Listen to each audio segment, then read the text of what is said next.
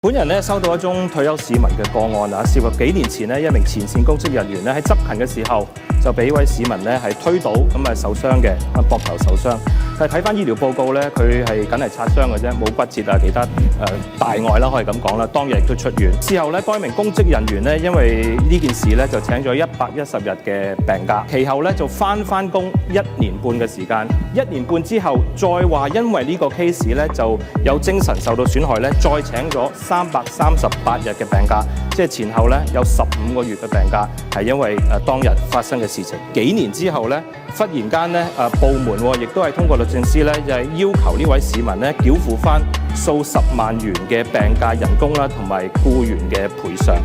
咁我唔係專業人士，我亦都唔係醫生啦，我自己覺得亦都係嗰個所謂合理性咧係存疑嘅。所以請問局方咧有咩機制？我知道嗰個主體答案裏邊都提咗啦。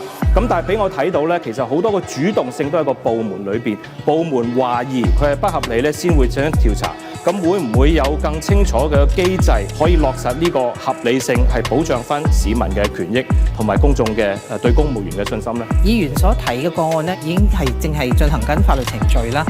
我喺呢度不適宜作進一步嘅討論。呢一啲嘅公務員嘅工傷個案呢，亦都係會交由僱員補償評估委員會去評估喪失賺取收入能力嘅程度，同埋該員工因為工傷所需嘅缺勤時間嘅。